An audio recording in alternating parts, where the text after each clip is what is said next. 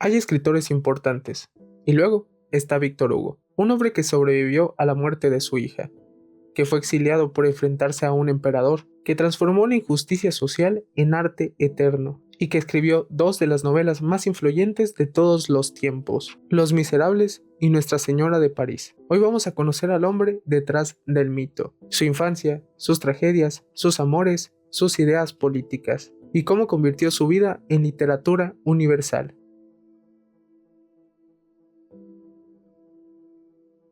Víctor Hugo nació el 26 de febrero de 1802 en Besançon, Francia. Su padre, Joseph Leopold Sigisbert Hugo, era general del ejército napoleónico. Su madre, Sophie Troubechet, era profundamente monárquica y religiosa. Desde niño vivió una tensión ideológica.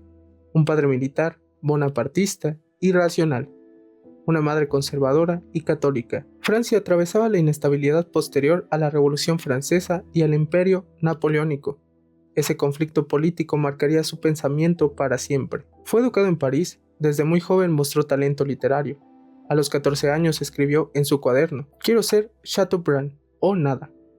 Se refería a François-René de Chateaubriand, uno de los grandes del romanticismo francés. Y no era una frase arrogante, era una declaración de destino. En 1822 publicó su primer libro de poemas, Odas y Poesías Diversas.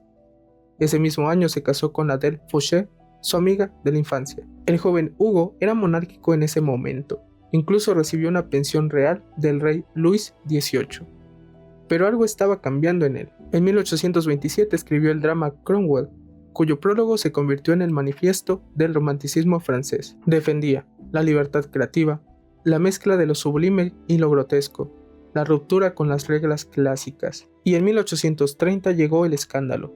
La obra Hernani provocó una batalla cultural en el teatro, clásicos contra románticos, tradición contra modernidad. Víctor Hugo ya no era solo un escritor, era el líder de un movimiento. En 1831 publicó Nuestra Señora de París.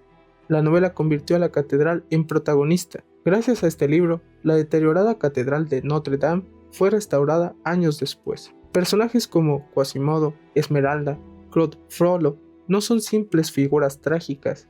Representa la marginación, el deseo, la culpa y la fatalidad. Aquí ya vemos una obsesión que marcaría toda su obra, la compasión por los excluidos. Su matrimonio con Adèle Fauchet fue complejo. Ella tuvo una relación con el crítico literario Charles-Augustin Sainte-Beuve.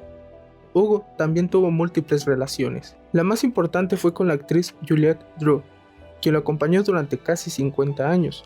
Pero el golpe más devastador llegó en 1843. Su hija Leopoldine murió ahogada en un accidente de barco con su esposo. Ese dolor lo destruyó, y durante años dejó de escribir ficción. Se refugió en la poesía y en la política. Más tarde transformó su duelo en uno de sus libros más conmovedores, Las Contemplaciones. Víctor Hugo evolucionó ideológicamente. De monárquico pasó a republicano. Defendió la abolición de la pena de muerte. Denunció la pobreza, criticó el autoritarismo. Cuando Napoleón III dio el golpe de estado en 1851, Hugo lo atacó públicamente.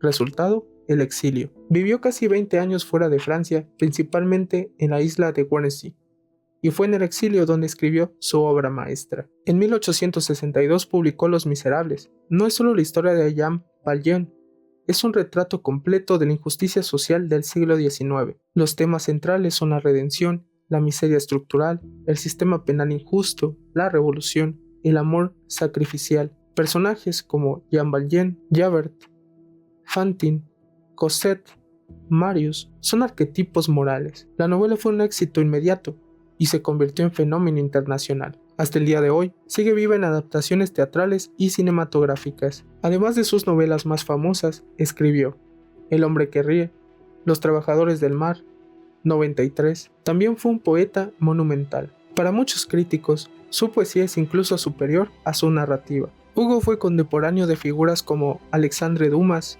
Honoré de Balzac, Alfred de Musset, y formó parte del corazón intelectual del romanticismo francés. Su casa en Guernsey se convirtió en centro cultural y político. Murió el 22 de mayo de 1885 en París.